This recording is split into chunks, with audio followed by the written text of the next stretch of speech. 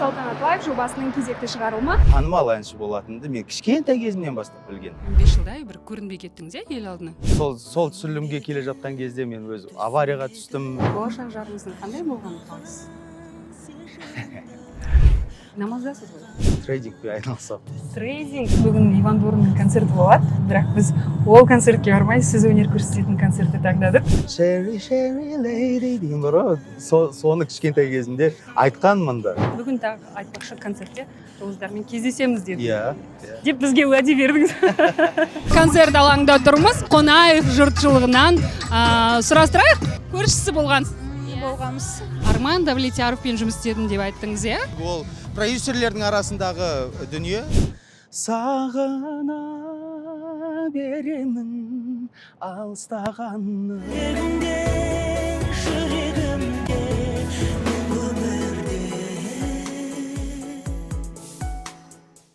Армысыз YouTube қауым, бұл Салтанат Лайв жобасының кезекті шығарылымы. Бүгін біз суперстар Алмаз Кішкенбаевпен бірге Алматы қаласынан Қонаев қаласына концертке аттанамыз. Саламатсыз ба, Алмаз ханым? Сәлем, керемет. Өзіңізде қалай? Менде де бәрі тамаша, рахмет. Қандай концертке барамыз?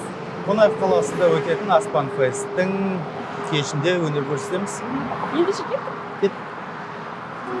Жарықтап қолым жетпес көкте күнге, ақ қанат құсым менің кеткеніңде, шарғырып бар ғаламды шыр айналдым, мәңгілік сен іздеумен өткенімде. Бүгін Иван Дорнның концерті болады, бірақ біз сіз өнер көрсететін концертті таңдап келе жатырмыз. Рахмет. Сіз 10 жасыңызда Парижде конкурске қатыстыңыз, иә? Иә. Сол туралы айтып беріңізші. Конкурс емес, ол фестиваль. Аха. Фестиваль. Мен 96 жылы 10 жас емес қой деймін, ойбай. 96 жыл айналайын фестиваліне қатысамын. Содан кейін 97 жылы сол халықаралық фестиваль болды ғой, айналайын фестивалі. Сонымен 97 жылы сол фестивальдің айналайын фестивалінің екіншісі Павлодар қаласында болады. Сонымен Францияға, Парижде өткен халықаралық балалар фестиваліне шақырту келеді. Ол жерге әрине мен ғана емес, көптеген әншілер барды. Сол 96 жылдан бері біз Әлішер Каримов, Айгерім Қалаубаева, Жанар Дұғалова барлығымыз сол жастан бері бір-бірімізді танимыз. Керемет, иә? Бірақ ол кезде бірден Францияға аттану, иә, 10 жаста. Оны сіз сондай бір байсалдылығын түсіндіңіз бе, сондай бір? Енді жалпы сахнада өнер көрсететін болғаннан кейін, қай жерде ән айтып жатсаң да, мен үшін ол кезде бір андай ауқымды деп өйтіп ойлаған емеспін. Ерекшелігін көрген жоқсыз? Иә, мен бірінші рет сол кезде самолетқа ұшып көргенмін. Сондай нәрселер. Үлкен сахнаға алғаш рет шыққаныңыз есіңізде ме? Сол айналайын халықаралық. Айналайынға шыққан. Айналайын халықаралық фестиваль. Ал ересек жасташы үлкен сахна, мысалы Алмаз Кішкенбаев болып танылған кезде, иә, суперстар бітті, сіз алғашқы жеңімпаз болдыңыз, иә, қан мен термен, қиындықпен келген жеңіс болды. Одан кейін үлкен сахнаға шықтыңыз ғой, жұлдыз ретінде, Алмаз Кішкенбаев ретінде. Сол есіңізде бар ма, бірінші рет шыққан? Ең алғашқы менің гастролім ол Павлодар қаласында Ақсу деген қала бар. Сонда болған стадионда ол жерге білмеймін неге екен, Ерлан Көкеев ағамыз бар ғой, сол кісі шақырған болатын. Ол кезде мен сол кезден бастап Ләйлі Сұлтан қызымен жұмыс жасаймын, бірақ білмедім неге екен, Ерлан Көкеев шақырды. Сонымен менде ол кезде әндерім де жоқ. Сонымен не айтамыз, ол жерде Роза Қуанышқызы болды, Ерлан Көкеевтің өзі болды. Мен болдым. Сонымен үшеуміз стадионда үлкен концерт беру керек болды. Әрқайсымыз бір 40 минуттан ән айту керекпіз. 40 минут па? Иә. Сонымен менде репертуар жоқ. Суперстар кезетте айтылған әндердің барлығы ол хронометраж аз ғой. Ол эфирге шығатын бағдарлама болғаннан кейін хронометраж кәдімгідей шектеулі. Кесілген әндер. Әрқайсысы бір 1,5 минуттан 2 минутқа жетер жетпес. Сөйтіп бір 2-3 өте қатты халықтың көңілінен шыққан 2-3 әнімді айттым. Сонымен Ерлан ағам, Ерлан Көкеев. Сонымен өзінің репертуарынан ескі, өзі қазір айтпай жүрген, сол кезде айтпай жүрген әндерін маған берді. Сонымен үйінде күні түні отырып дайындалдық, әндерді жаздық. Мен ол әндерді жаттадым. Сөйтіп бір 5-6 ән ол кісі маған сол кезде берген болатын. Алғысым өте қатты шексіз. Анарымен кейіннен жақсы танысып, жақсы араласып сөйттік. Анар Көкеева. Ерлан, Анар, сіздерге үлкен рахмет. Сізді қолдапты, иә? Иә. Ал бертін келе енді қаншама әндер шығардыңыз, барлығы дерлік енді хит болды ғой. Әндеріңіздің арасынан қайсыларын өзіңіз жаздыңыз?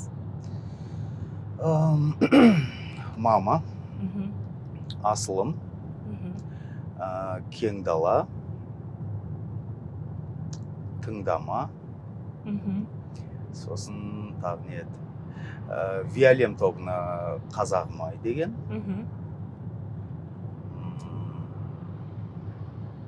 Сондай ғой деймін. Негізі диктофонда жетеді. Жарыққа шықпаған әндер ма? Жетеді. Неге? Жарыққа шықпады олар? Енді қазір дайындап жатқандары бар, кейбіреулері көңіліңнен шықпай қалады, кейбіреулері тек қана қайырмасы сияқты болып тұрады, кейбіреулері әлі куплет керек, немесе қайырма керек кейбір мақамдарға. Кей кезде болады. Мен Кең даланы мен түсімде көргем, ұйықтап жатырмын. Кең далам жасай бер мәңгі. Түсімде көргем. И солай оянып кетіп, түсімде сол әнді айтып жатырмын. Өзі келді дейсіз. Иә. Сонымен оянып кеттім да, бірден қолыма диктофонды алып, сөйтіп шығарғам. Әр әншіге өзінің бүкіл репертуарындағы әндер ыстық қой. Бірақ дегенмен де әндеріңіздің арасында өзіңіздің ең сүйікті әніңіз бар? Барлық әндерім көңілімнен шығады. Негізі барлық әндерім көңілімнен шығады. Бірақ сағына беремін қатты ұнайтын шығар. Іздеймін сені қатты ұнайды. Сағына беремін қатты ұнайды. Айдың астында би ұнайды. Айдың астында би ол ең соңғы деген, жаңа ән, соңғысында сықтай. Соңғы шыққан әндердің бірі, иә? Соңғы шыққан әндердің бірі. Жаңа айтып жатсыз ғой, жарыққа шықпаған қаншама ән бар, оларды толықтыру керек деп, иә? Bir әнді жазуға шамамен қанша күн уақыт кетеді сізде? Қанша? Әр кезде әрқалай. Мен соңғы рет Қызылордаға барған кезінде самолетқа билет болмады. Сонымен машинамен жолға шығуға тура келді. Жалғыз өзім кетіп бара жатырмын. Тыныш қой. Мен машинада музыка тыңдамаймын негізі. Неге? Миым ашитын сияқты.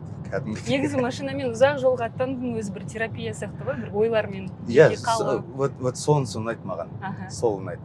Сонымен келе жатырмын Қызылордаға, туған жердің андай бір несі шығар, бір лебі шығар. Қызылордаға кіре берген кезде, сол кезден бастап, ол енді жалпы Қызылорда жайлы болады ма, әлде жалпы туған жер жайлы болады ма, білмеймін. Сол әнді, мысалға, куплетімен бірге қайырмасын, білмеймін, бір 10 минутта шығар.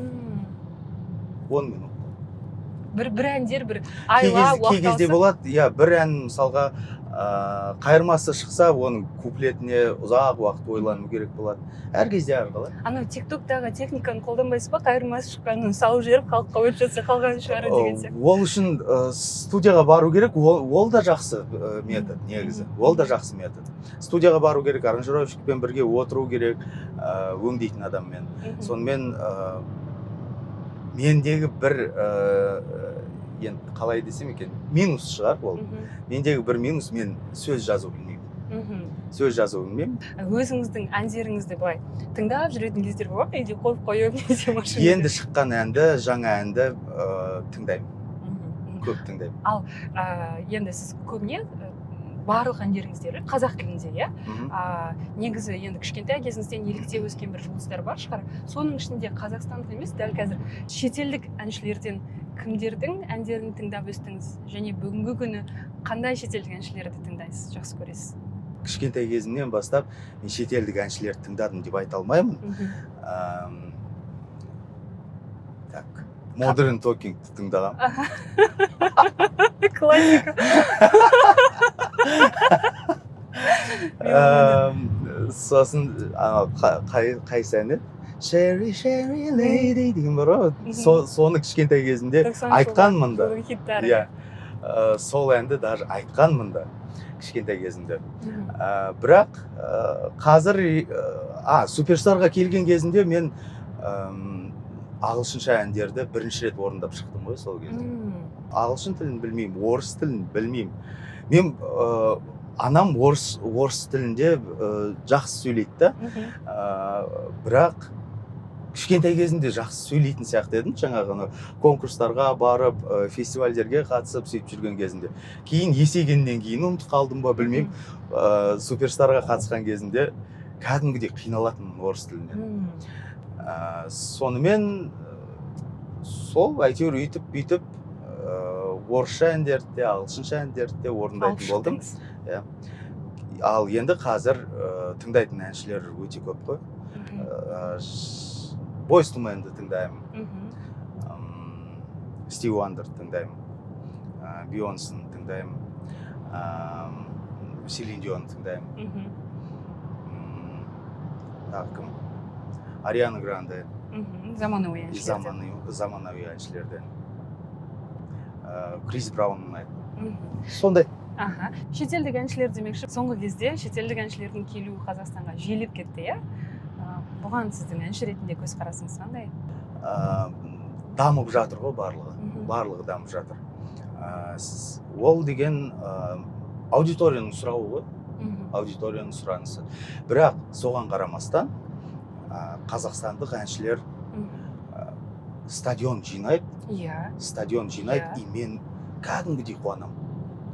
Мысалға Садрадиннің өнеріне кәдімгідей бар ғой. 18 жаста. Иә, сол балаға прям кәдімгідей бір андай ықыласыңыз ерекше. Иә, өте қатты ұнайды. Өзі сондай тәрбиелі, өзі сондай сабырлы, бәрі керемет, бәрі керемет. Ол бақ та Құдайдың берген бағы. Талантпен бірге, иә? Таланты да бар ғой өйткені әндер. Әрине. Ол талант болмаса, ондай деңгейге жетпес еді. Өте керемет. Және де сол сынды басқа да әншілер көп қазір спокойно стадион жинайды. Шетелдік әншілерден энергетикасы кем түспейді біздің отандық әншілердің. Мен мысалға 91-ның концертіне стадионға бардым. Жігіттер шақырды. Кепка киіп алып. Бардым, иә. И ана жердегі атмосфера енді өте керемет. Біз Суперстар KZ-дің гала концерті болған. 1 июнь күні мен как раз туған күнімде жаңа алаң бар ғой Алматыдағы. Сол жерде болған 2004 жылы. Сол кезде 25 мың адам жиналған. Сол алаңда, жаңа алаңда. Сондай атмосфераны көрдім. Енді ол кезде менің ғана концертім емес қой, жалпы бүкіл финалистердің концерті, және де ол кездегі атмосфера сұмдық болған. Дәл сондай атмосфера одан да асып түспесе, кем түспейді, өте керемет болды. Мен сондай бір күшті, бір керемет әсер алдым. Иә, әсермен шықтым да концерттен. Кәдімгідей күшті болды. 91 Иә, олардың орны ерекше, кю-поп жанрын ашқан, әкелген, Ерболат Беделханға арнайы респект ерекше. Басында өткен қарсыластықпен қабылдады ғой аудитория, оны алып келу, өткізу оңай емес. Олардың сапасына қарау керек, негізі, сапасына қарау керек. Қазір сол сапаны түсінді, сол сапаны ең басында топтың өзі де, топтың продюсері де сол сапаны бергісі келді, және де берді, сол сапаға үйретті. Тыңдармандарды сол сапаға үйретті. Содан кейін барып халық кәдімгідей үйрене бастады. Иә, ол Ерболат Бедерханның бір сұхбатын көрдім, соңғы уақытта шыққан. Қазір мысалы айтып жатырмыз ғой, шетелдік жұлдыздар көп келіп кетті, өйткені Қазақстанда концертке бару мәдениеті дамыды да, жақсы дамыды. Бірақ 91 шыққан кезде ондай мәдениет болмаған еді Ерболат Бедерхан. Бұл концертке бару мәдениетті қалыптастыруға бірден бір атсалысқан, сол өзім дегенге келтірді. Енді оған да өзінің үлесін мойындау керек енді. Енді әншілік туралы, музыка туралы біраз әңгіме тарқаттық. 12 жыл бұрынғы сұхбатыңызда ол баста негізі заңгер немесе банкир болам деп армандаған екенсіз. Қазіргі күні әншіліктен бөлек бос уақытыңызды арнайтын қандай әуесіңіз бар? Трейдингпен айналысам. Трейдинг? Иә. Міне керемет. Осы заманның сұранысы ба? Ол кісі деген трейдингпен айналысам. Трейдингпен ұнайтын себебі үнемі ізденісте жүру керексің. Үнемі ізденісте жүру керексің, және де үнемі білім алып жүру керексің.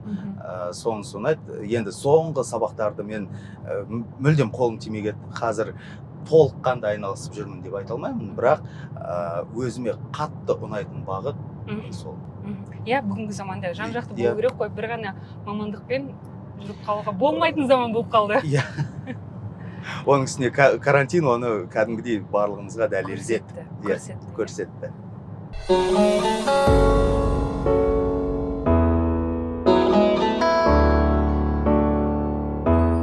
Сұхбатты жиі бермейтініңізге қарағанда, енді қозғағыңыз келмейтін тақырыптар бар шығар деп топшыладым. Енді анығын білмеймін. Бүгінгі сұхбатта жалпы табу тақырыптар бар ма?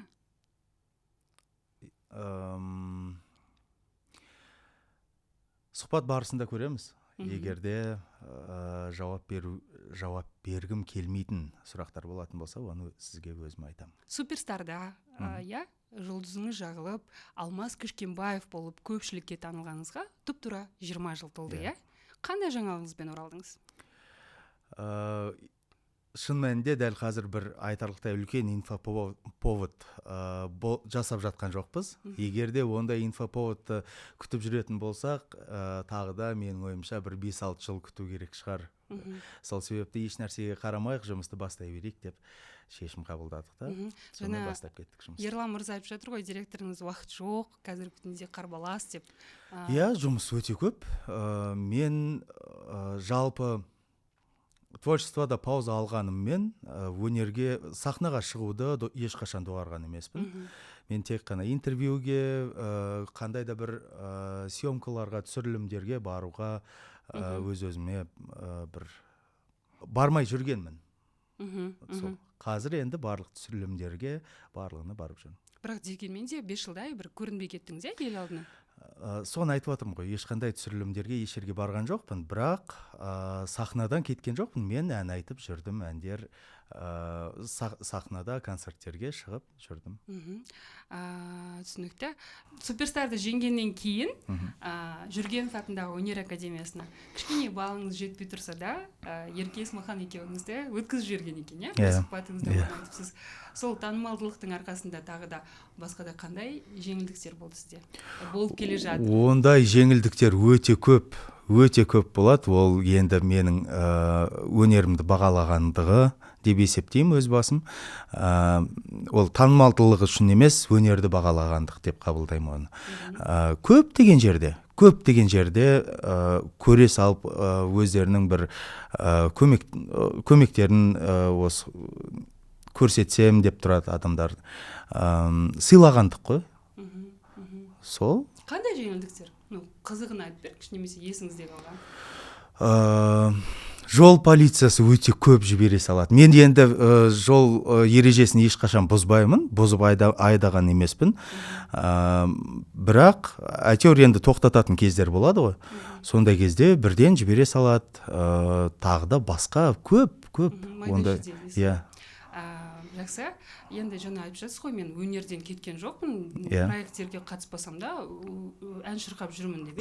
Қандай сахналарда ән орындадыңыз? Немесе ол жеке іс-шараларда, кәдімгі үлкен концерттерде барлығына барып жүрдім. Қатысып жүрсіз, иә?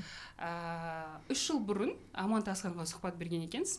Астанада тұрдыңыз ғой. Астанадан Алматыға көшіп келдім. Оның себебі ел алдына белсенді болып, өнерге белсенді болып оралмақпын деп, бірақ белсенді болмадыңыз, Бұл жолы қалай болады? Тыңдарманыңыз сізді іздеп қалмай ма? Бұл жолы былай ғой, негізі жұмыс ешқашан тоқтаған емес. Сол Аманат Асханға берілген сұхбаттан кейін жұмыс ешқашан тоқтаған емес, шын мәнінде.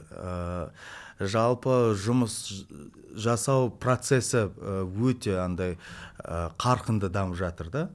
Сол бойынша былай жұмыс жасап бастаған кезде, бір направление бойынша жұмыс жасап бастаған кезде ол басқаша дамып кетіп жатыр да. Біз артынан үлес алмай келе жатқанмын мен.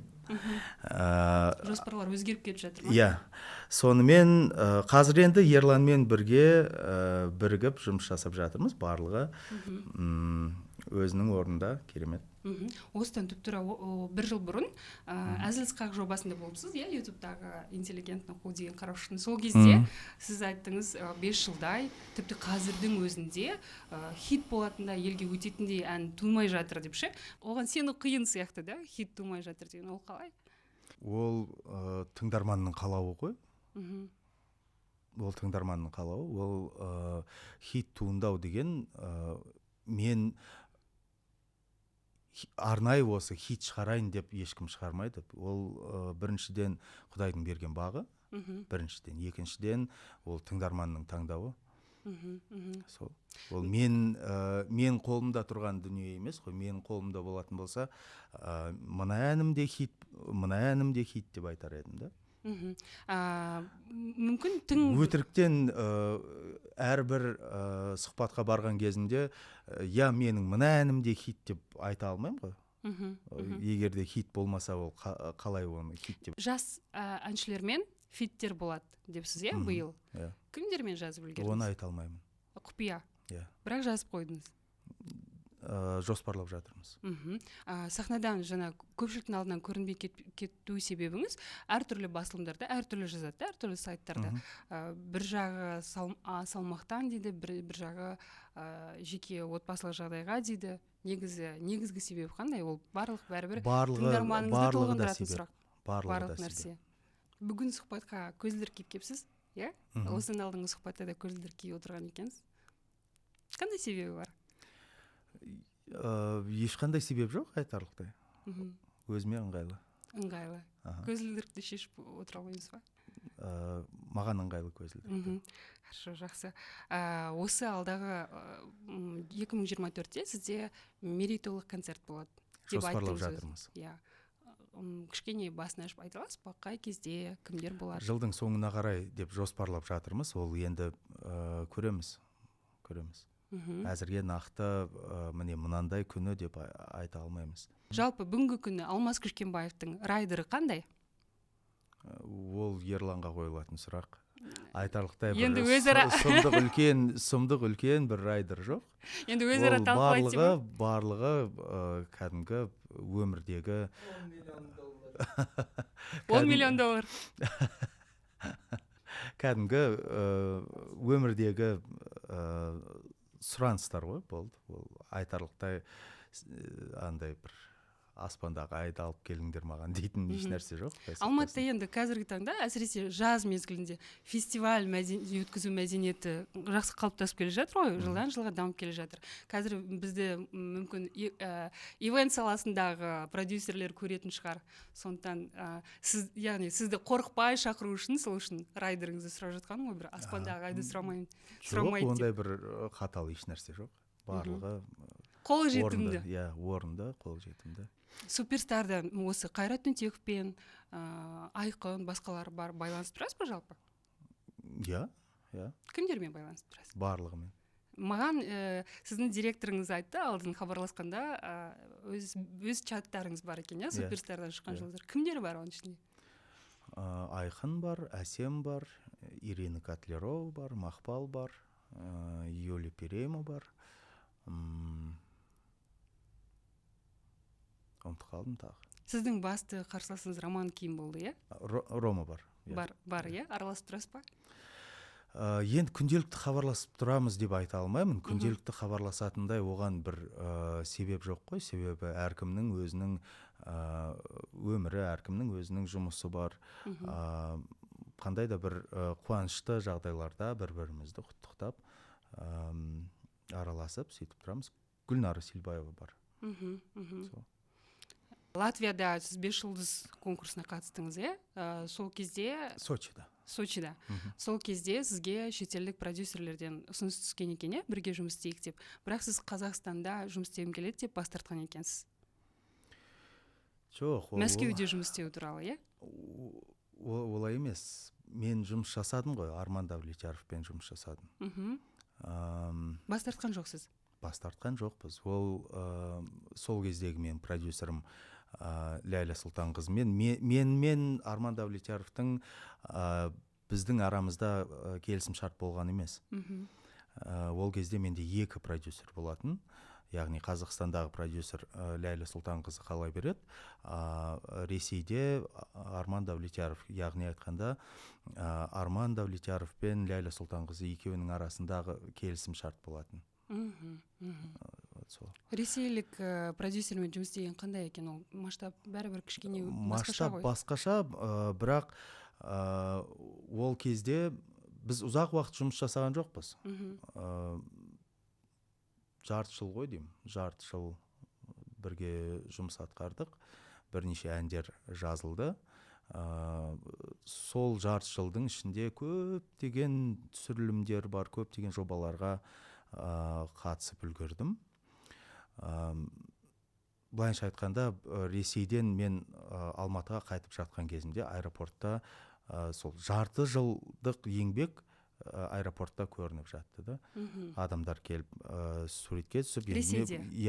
Мен енді Қазақстанда танымал екен, ол енді ладно, а Ресейде басқаша ғой ол жақта. Және де оның үстіне азғантай уақыттың ішінде результат көрінді. Қазіргі күні мысалы өте көптеген әншілер бар, түрлі бағытта, дәл қазіргі нарықта, шоу-бизнесте. Бірақ мысалы бір стильде айтатын әншілерді өзінің аудиториясынан басқа, бір тар аудиториядан басқа адамдар танымайды, өйткені ондай музыканы тыңдамайды. Бірақ сол 2000 жылдарда шыққан әншілерді, мысалы Қайрат Түнтеков, сіз болсын, барлық аудитория таниды да. Менің бір таңғалғаным, мысалы мен дайындаласың ғой сұхбатқа, сұрастырасың, орыс тілді аудиторияды таниды. Сіз орыс тілінде көп ән айтқан жоқсыз, бір ғана «Ты моя награда» деген әніңіз бар, қазақ тілді аудиторияды таниды, барлығы таниды, яғни масса. Ол неде деп ойлайсыз, оның сыры неде, ерекшелігі неде? Себебі ол кезде интернет әлі ондай қатты дамымаған. Барлық қазақстандықтардың барлығы теледидарды көреді, ал телеарналарда көретін үлкен мега жобалар ол кезде аз болатын, жоқтың қасы. Суперстар KZ алғашқы сондай үлкен мега жоба болған. Сол себепті көрермендерге қызық, көрермендер қызығып, асыға күтіп көрген жобалар болған. Нарық ондай үлкен емес еді, Ал қазір енді интернет дамыған, кез келген талантты азаматша үйінде отырып өзінің әнін осылай студияда отырып жазып шығарса да, қалай шығарса да өзі білет. Және де жаңа ғана айтып өттім ғой, әннің хит болу, хит болмауы ол көрерменнің талғамы, таңдауы. Сол себепті сол үйде отырып бір майка киіп отырып гитарамен айтса, ол шын өзінің көңілінен шығып жатса, міндетті түрде ол хитқа айналады. Енді дәл сондай әндер ғана, немесе дәл сондай образда ғана айтылған әндер хит болады деген ол бір ұстаным емес, жалпы дегенім ғой, жалпылай алып. Қалай ойлайсыз, осындай нарық қазір бай болып тұрған кезде түрлі тыңдарманға түрлі опциялар бар, тыңдауға, яғни таңдау бар. Осындай кезде қайтадан сахнаға оралу, қайта жаңғырту қаншалықты оңай немесе қиын?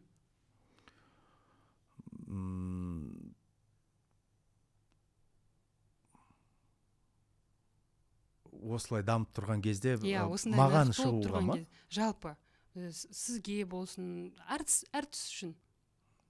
Бір айтарлықтай қиыншылық жоқ, просто менің ойымша жай ғана іздену керек, еңбектену керек, сол. Әлде жаным алдадың ба, мен сақтаған бір үмітті, шын азапқа салғаның ба, ерге дайын қалықты, сезім мәні жалғадың ба. Табиғатқа жиі шығып тұрасыз ба? Иә, өте жиі. Жаңа Медеуге барған жақсы көрем. медеуге? Таңертең барған жақсы көрем. Аха. Таңертең медеуге енді күнде баруға арасында қол тимей қалады, бірақ таңертең медеуге барам, күнде барып тұруға тырысамын, қолым бос кезде міндетті түрде. Ал тауды жақсы көресіз, яғни Иә. судан қарағанда, иә? Аха. Ал шабытты неден іздейсіз? Қалай, не нәрсе сізді шабыттандырады? Ән жазғанда, трассадан, жолдан бөлек, ұзақ жолдан бөлек. Табиғат шығар. Табиғат. Иә? Табиғатта мен енді арнайы осы ән шығарайыншы деп барған емеспін. Табиғатта ішкі жан дүниеңмен, жаратушымен тілдесуге өте жақсы, тыныштық. Медитация сияқты, иә? Иә. Өмірде басты принциптеріңіз қандай деп айтар едіңіз? Адам болып қалу ең бастысы. Сіз үшін танымалдылықтың жүгі ауыр ма, жеңіл ма? Ауыр деп те айтуға болады, жеңіл деп те айтуға болады. Екі жағы, екі ұшы бар, иә? Иә, кез келген дүниенің екі жағы болады. Осы жерде тұрып сұрағым келеді, болашақ жарыңыздың қандай болғанын қалайсыз? Адал. Қысқа ғана жауап. Барлығы жатыр оның ішінде. Қысқа жауап, бір ғана сөз, бірақ өте мағыналы сөз. Адал деген өте керемет сөз. Ал әртістердің арасынан, танымал адамдардың арасынан жалпы кімдермен жақын араласасыз? Жақын, барлығымен жақсы қарым-қатынастамын. Барлығы. Жақын араласам, Сиви Махмудимен жақын араласамын. Тағы кім? Маржан Арапбаевамен өте жақсы қарым-қатынастамыз. Алишер Каримовпен жақсы қарым-қатынастамыз. Қазір енді есіме түсе қоймайды, барлығымен жақсы. Барлығымен дерлік сәлеміңіз түсіп, иә? Бүгін тағы айтпақшы концертте жұлдыздармен кездесеміз деді. Иә. Деп бізге уәде бердіңіз. Жарайды. Жаңа көбіне сұхбат түсірген кезде біраз қызық әңгімелер камераның артында кетіп жатады да. Жаңа машинада тағы біраз сөйлестік. Осы жерде тағы да қозғағым келеді. Сіздің хиттеріңіз, иә, мысалы сіз айтып жатсыз ғой, сағына беремін, өзіңізге қатты ұнайды екен. Бірақ маған сіздің мәңгілікке деген әніңіз қатты ұнайды, әндеріңіздің арасынан. Жаңа шығу тарихын айтып беріңізші, қалай болды? Ол сіздің анау өнер жолының басындағы, енді Алмас Кішкенбаев болып танылғандағы репертуарыңыздың енді қалыптасып келе жатқан кезі ғой? Иә, дұрыс айтасыз. Нұрлан Қаражігитов марқұм, және де Сұлтаны Қаражігитова, сол кісілер менде музыкальный продюсер болған. Біз музыкальный продюсермен, мен және продюсер Ләйлә Сұлтанқызымен әндер іздедік. Сонымен ол кезде енді мен таныс емеспін Арман ағамен, Арман Дүйсенов ағамызбен марқұм. Сонымен Нұрлан Қаражігитов шақырады, үйіне шақырады. Сонымен үйінде фортепианомен отырып, Арман аға үйіне келеді. Сөйтіп фортепианомен отырып көп әндер көрсетеді бізге. Сөйтеміз да мәңгілікке мен алдайдына таңдаймыз. Сөйтіп Арман аға мен өзінің студиясына шақырып, сонымен бардық. Ол жақта да тек қана фортепианоға ол кісі сүймелдеп тұрды.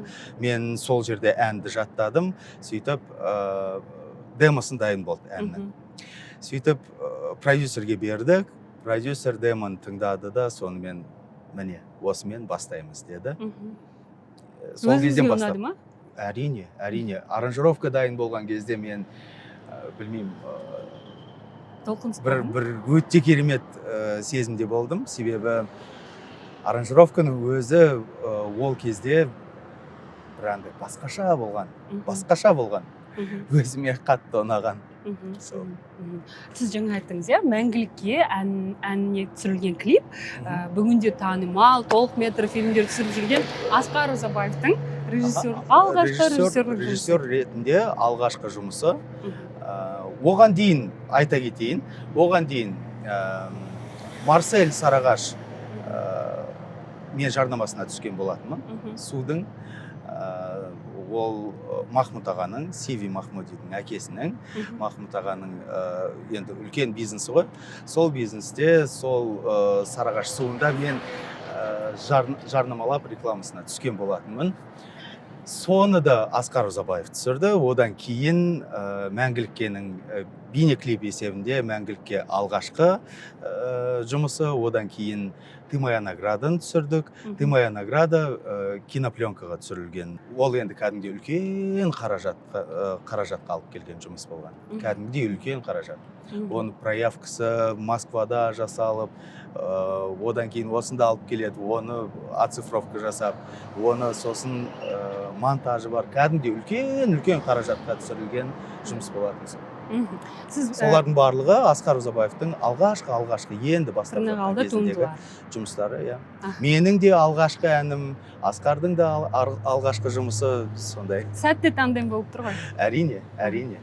Сіз сахнадан кеткен жоқсыз, бірақ 6-7 жылдай бір жобалардан, телевизиялық болсын, ютубтағы болсын көрінбей кеттіңіз, әлеуметтік желілерде де белсенді емессіз. Бірақ осыдан 5-6 жыл бұрын енді көптеген проекттерге түстіңіз. Сол кездегі бір есіңізде қалған қиын немесе қызық оқиғаларды айтып бере аласыз ба?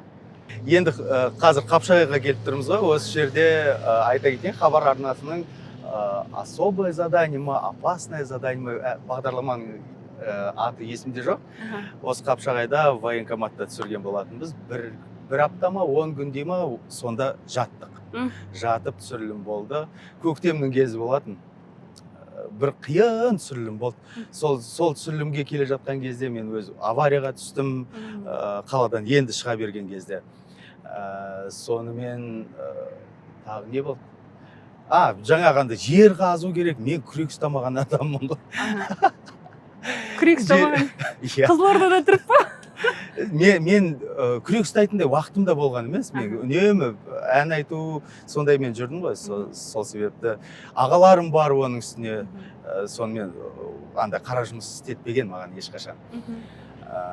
Сонымен ана жерде енді жерді де қазу керек. Ол көктем, әлі жер жібіп те үлгірмеген. Мина жару керек. Минаны сосын андай не қылатын еді, андай тоқтарын ажырататын, не дейтін еді? Сарбаздық тапсырмалар берді ғой. Сондай қиын түсірілім болған. Мына жерде ремаркамен айтып кетейік, бір апта бойы армияға, яғни кәдімгідей толыққанды әскерлік борышыңызды өтегендей сол жерде болдыңыз. тамақтанып, бір апта 10 күн бойы кәдімгідей служить еттім. Сондай қазір енді Қапшағайға келгеннен кейін. Қапшағайда болды ғой ол? Есіме түсіп жатқаны сол ғана әзірге. Әншіліктен бөлек жаңа бірнеше қырыңыз бар екен атап өттік, продюсерлік, кәсіпкерлік, жаңа Қазақстан дауысында наставник болдыңыз, программаларды түсіріпсіз, журналыңызда болған екен. Неге дәл әншілікті таңдадыңыз? Әншілікті? Ол енді жалпы өзімнің осы өмірге келген кездегі ең басты мақсатым сол. Менің ойымша. Әрине, ең басты мақсат ол мұсылман болып, адам болып қалу. Әрине, ең бастысы. Бірақ менің жалпы не дейді? Мамандық па? Ең басты мамандығым ол. Миссиям дейсіз ғой. Мен білмеймін, мен кішкентай кезімнен бастап білдім. Мен әнші болатынымды, және де мен танымал әнші болатынымды мен кішкентай кезімнен бастап білген. Өзіңізді жұлдыз сезінесіз ба? Жоқ. Ондай кез болды, ондай кезден өттім, әрине. Прям енді сондай болып жүрген кезім болды. Бірақ осыған дейінгі де интервьюлерде, сұхбаттарда айтқан едім ғой, Ләйләнің тәрбиесі қатал. Тәрбиесінің арқасында мен бір дәңдайсып кеткен жерім болды деп айта алмаймын. Бірақ енді жас бала болғаннан кейін, танымал болғаннан кейін, оның үстіне халықтың барлығы жақсы көріп тұрғаннан кейін, ондай кезеңдерден кез келген адам өтеді. Ал қазір енді бір жұлдызбын деп айта алмаймын. Танымал адаммын, оны білем. Бірақ ойбай, мен жұлдызбын, маған басқаша, маған тағы бірдеңе деген ондай жоқ, вообще мүлде. Үстемелік бермейсіз өзіңізге. Сіз жаңа айтып жатсыз ғой, ең бастысы әншіліктен бұрын, миссиядан бұрын мұсылман болып қалу, қағида. 5 жыл бұрынғы сұхбатыңызда намазға келдім деп айтыпсыз. Намаздасыз ғой? Қалай десем екен? Намаз да, иман да, оның барлығы мына жерде. Оны мен көпшілікке жария етіп, айтқым келмейді. Әрине, барлығы түгел болу керек, сол себепті. Түсінікті, осы жерде тағы есіме түсіп тұр, қызық сіз туралы естіген нәрсе. Үйде жиі ән айтасыз ба? Менің естуім бар, сіз өзіңіз білмейтін шығар, сіздің көршілеріңіз шағым түсіреді екен де, сізге дауыстап ән айтады, шулайды деп. Қашан болды? Естім сондай нәрсе. Жиі ән айтасыз ба үйде? Жоқ, жиі емес, көршілер бар екен, мен міндетті түрде ондай ответственность дейміз ғой, жауапкершілігім бар. Сол себепті былай уақыттан тыс, көрінген уақытта деген ондай жоқ. Кей кезде бір арасында распевкалар айтатын кезде, болып тұрады енді үйде ғой. Біреудің есігінің алдына барып распевка жасап жатқан жоқпын. Үйде болғаннан кейін, мен түнгі сағат 11-ден кейін шолап жатқан жоқпын. Сол ондай кезеңдер болып тұрады әрине. Қазір біз керемет табиғат аясында тұрмыз, Күшті мына жер. Осы жерде тұрып сұрағым келеді, жаңа айттыңыз ғой, барлық әндерім өзіме ыстық, бірақ сонда да сағына беремін бір ерекше деп ықыласым, сағына беремін деген әнге ерекше дедіңіз. Осы жерде бір қайырмасын жанды дауыспен айтып беріңізші. Сағына беремін алыстағаным, табыспағаным, тек қана сен едің. Тілегімде, жүрегімде, бұл өмірде. Ой, керемет, дайындықсыз бірден айтса. Бұл сұрақты қоятынды білмедіңіз, бұлай өтінетінді, керемет. Қазағым, отаным, қорғаным, туған ел кең далам. Жасай бер мәңгілік, жаным мен сүйемін, әрқашан қымбатсың сен маған. Арнаймын әнімді, кең далам, кең далам. Ал YouTube қауым, біз Қонаев қаласына келіп жеттік. Өздеріңіз көріп тұрғандай, мына концерт алаңында тұрмыз. Мен жаңа сұхбат барысында айтып өттім, менің Алмаз Кішкенбаевтың репертуарындағы сүйікті әнім ол мәңгілікке. Ал сіздің сүйікті әніңіз қандай, комментарийға жазып өтіңіз. Ал біз қазір бүгін мынау Алмаз Кішкенбаевпен бірге басқа да отандық жұлдыздарды тыңдауға келген Қонаев жұртшылығынан сұрастырайық, қандай әнді жақсы көреді екен? Саламатсыз ба, кешіріңіз, Алмаз Кішкенбаевты танисыз ба? Иә. Қандай өлеңі сүйікті әніңіз? Қазір есіме түспей тұр, честно. Уже давно не знаю, қандай әндері бар екен. Есіңізге түспей тұр, көптен бері көрінбей кетті ма? Иә. Қандай әні есіңізде бар? Қандай әнін сүйіп тыңдайсыз? Бәрі күшті. Қасымда қал деген өлең бар. Тыймаяна кір. Қалдым. Мәңгілікке. Мәңгілікке, иә. Көршісі болғансыз? Болғанбыз. Қандай әнін жақсы көресіз? Алтайды ән ұнайды. Қоғамдық мәселелерге көзқарасқа көңіл бұрғым келеді. Жалпы қазір елде әртіс болғанмен бәрібір танымал адамдардан, әртістерден болсын, жалпы танымал адамдардан сұраныс көп, мысалы елде болып жатқан оқиғалар, қандай да бір резонансты жағдайлар, азаматтық пікіріңізді, позицияңызды білдіріп тұрасыз ба жалпы? Қандай мәселелер сізді толғандырады? Елді жалпы жұртты толғандыратын мәселелердің барлығы әрине міндетті түрде мені де толғандырады. Сол халықпен, көпшілікпен біргемін әрдайым. Әлеуметтік желілерде білдіріп отырасыз ба пікір? мен әлеуметтік желіні ондай қатты жүргізбеймін, және де жүргізе алмаймын да. Сол себепті енді салу керек дүниені, міндетті түрде саламын. Енді сіз қыздардың әкесісіз, екі қызыңыз бар. Қазіргі таңда Қазақстанда қыз келіншектердің құқығы жайлы мәселе өршіп тұр, бір тұрмыстық зорлық зомбылық, яғни тұрмыста болсын, тұрмыстан тыс болсын, дәл қазіргі күні көтеріліп жатыр, талқыланып жатыр, көпшіліктің жарасы сыртқа шығып жатыр. Заң қабылданды, бірақ осы тұрғыдан заң жеткілікті деп ойлайсыз ба? Жалпы қыздардың әкесі ретінде не ойлайсыз бұл тұрғыда?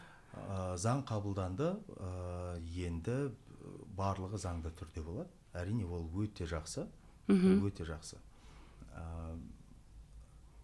Жалпы зорлық зомбылық дегенге өз басым өте қатты қарсымын. Ол біріншіден әке болғандықтан, екіншіден жалпы адам ретінде. Ол мен білмеймін, адам жалпы мынандай ғой, мен өзім өмірде төбелесіп көрмеген адаммын. Ешқашан төбелесіп көрмеген. Мен кішкентай кезіңізде деймін. Иә. Ешқашан. Енді спорт жағынан алып қарайтын болса, ол төбелестердің барлығы ол енді түсінікті. Ал адам баласын қалай, мен мысалға кейбір бір видеоларды көресің, бір итті немесе мысықты теуіп жіберіп ататын адамдар қалай соған барады деймін да. Оның жанында адамды ұру, агрессияны түсінбейсіз. Мен түсінбеймін. Неліктен деп ойлайсыз? Мысалы, осы күнге дейін ол тәрбиенің жоқтығынан. Осы күнге дейін, мысалы, жағдайы жоқтығынан, тұрмысы төмендіктен, сауатсыздықтан деп келді, бірақ мен жағдайым осы керемет болып, осы андай тоқшылықта ғана өмір сүріп өскен бала емеспін. Менде де қиыншылық көріп, анамыз әйтеуір барын алып келіп, ең соңғысын беріп сөйтіп өсірген баламын, сөйтіп өскен баламын. Қиыншылықты бізде көрдік. Ол тек қана жоқшылық жерден шыққандар сондай болып өседі деген ол үлкен қателік. Жоқ, менің айтпағым, қазіргі таңда ел алдында жүрген шенді азаматтардан көбірек шығып жатыр,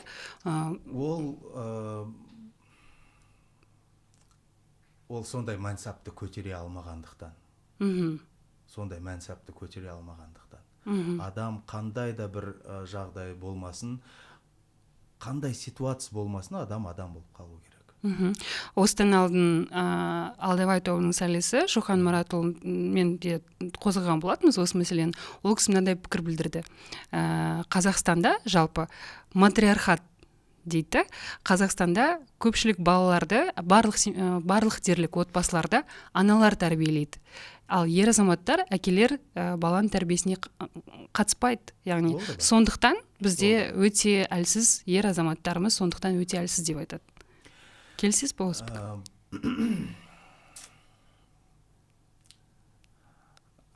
Жалпы, оны мен де в принципе жалпылама алып қараған кезде келісуге болады. Бірақ негізі әкенің де, ананың да тәрбиесі оның үстіне бізде ата-бабамыздан келе жатқан нағашы жұрт деген бар, өз жұртың бар. Оның барлығы не үшін айтылған? Оның барлығы балаға берілетін, әр жақтан алып қараған кезде балаға миына берілетін, құйылатын тәрбие.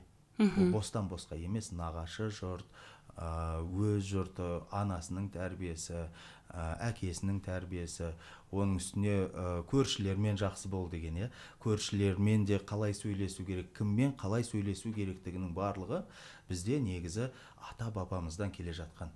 Біздегі ең басты проблема қиыншылық қой, қиыншылық кезең өтті. Сол кезеңде бізде балалар үйде жалғыз өздері қалып, әке шешеміз нан табумен айналысып кетті да, баланың тәрбиесі сыртта қалып қойды. Біз осы буынға дейінгі буын тәрбиелеу. Баланың тәрбиесі қалып қойды. Үйдің ішінде бала өзімен өзі. Ата-ана жұмыстан шаршап келеді, балаға қарауға мүмкіндік жоқ, анасы жұмыстан шаршап келеді, тамақ дайындауға кірісіп кетеді деген сынды сондай тірліктермен ғана айналысып кетті. Бала не істеп жатыр? Ешкімнің шаруасы болмай кеткен кезең болды. Ал одан кейінгі кезең тәрбиешілер тәрбиелеу. Сондай болып кетті. Ол енді мен қазір балабақшалардан да неше түрлі сұмдық оқиғалар шығып жатыр. Балабақша былай тұрсын, үйдің ішінде тәрбиелейтін тәрбиешілер. Ол да бар.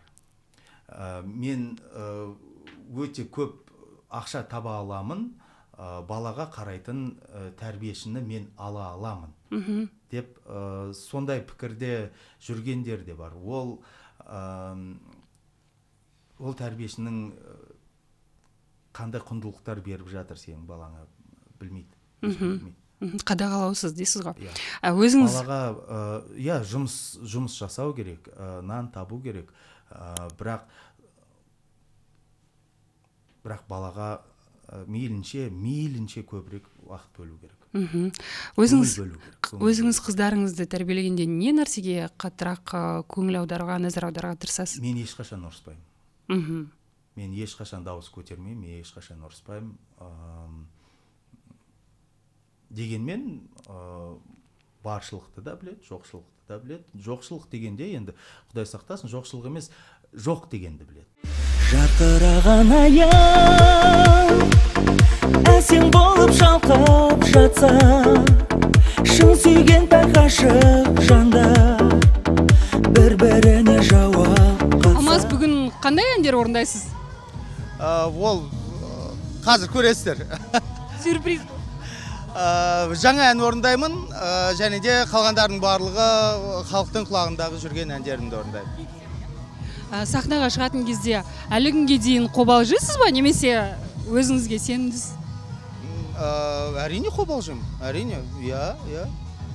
Сахнаға шығатын күні немесе бір күн бұрын арнайы дайындық ретінде жасайтын білмеймін, арнайы ритуалдарыңыз бар ма? Спаға бір күн бұрын барарсыз, немесе 3 күн бойы диета ұстау? Жоқ, ондай жоқ. Ал имиджіңізбен киім ауыстырып алыпсыз, сізге өте жарасады. Имиджіңізбен арнайы жұмыс істейсіз ба, немесе өзіңізге ыңғайлы киім таңдайсыз? Жоқ, стилист жұмыс жасайды. Жаңа айтып жатсыз ғой, Арман Давлетияровпен жұмыс істедім деп айттыңыз, иә? Жарты жылдай. Енді өзіңіз үшін не алдыңыз? Танымалдылықтан басқа да бір? Әрине тәжірибе, ең бастысы тәжірибе. Басқа да продюсерлердің өздерінің, әр продюсердің жалпы өздерінің стилі бар, ұстанымы бар, жұмыс жасайтын бағыттары бар. Ол бағытты да көрдік, ол ұстанымдардың тәжірибелерін алуға мейлінше тырыстым. Өкінішке қарай азғантай ғана уақыт жұмыс жасадық. Неге тоқтады? Оның себептерін мен айта алмаймын. Оның арнайы себептері бар, бірақ ол себептерді айта алмаймын. Себебі ол продюсерлердің арасындағы дүние, сол себепті ондай себептерді мен айта алмаймын. Сіз камерадан тыс айттыңыз ғой, жаңа проекттерге қатыстым, Киркоровпен, Басковпен деп, тағы да басқа бір ресейлік әртістермен бірге жаңа жылдық проектке қатыстым дедіңіз ғой. Тағы қандай проекттер болды сондай? Қазақстанның шекарасынан тыс? Өте көп, барлығы қазір есіме түсе қоймай. Сол көп жобалар. Өте көп жобаларға түстім. Жарайды. Жаңа машинада отырғанда айтып жатсыз ғой, жай айтаңыздар, машинадан жылдамдықтан қорқам деп. Тағы қандай фобияларыңыз бар? Самолеттан қорқам. Биіктіктен қорқам. Бірақ жиі ұшасыз және үнемі рөлдесіз. Иә, өзім көлікті өте жай айдаймын. Тәртіпті жүргізушісіз. Иә, бұзбауға тырысам, және де жай айдаймын. Өзім скоростан қатты қорқам. Скоросттан қорыққандықтан да шығар, мүмкін самолеттан да қорқам, биіктіктен. Бірақ жиі ұшам, енді амал жоқ. Жаңа айтып жатсыз ғой, әлі күнге дейін сахнаға шығарда бір кішкене қобалжу болады деп, иә? Сахнаға шыққанда сіздің тыңдармандарыңыз сондай ықыласын көрсетіп, шулап жатқанда бір ерекше сондай сәттерде не сезінесіз? қуаттанасың, шабыттанасың әрине, иә. Жаңа енді алда жоспар көп деп жатырсыз ғой, творчествода қандай жоспарларыңыз бар, алда қандай мақсат қоясыз? Жоспарлар өте көп, жазылып жатқан әндер өте көп, дайындалып жатқан әндер өте көп, және де енді қандай жобалар екенін айтпай ақ қояйын, жобалар да бар, барлығын Құдай қаласа көресіздер, құрметті көрермендер. Сізді яғни көбірек көретін болады, иә, халық? Міндетті түрде. Жарайды. Ендеше сіздің концертке шығатын, сахнаға шығатын уақытыңыз келді, енді сізді көп ұстамайық, осыншама ашылып, сұхбат бергеніңізге рахмет, ал ендеше сәттілік. Сізге үлкен рахмет, сізге де творчестволық табыс тілеймін. Аман болыңыздар, баршаңызға үлкен рахмет.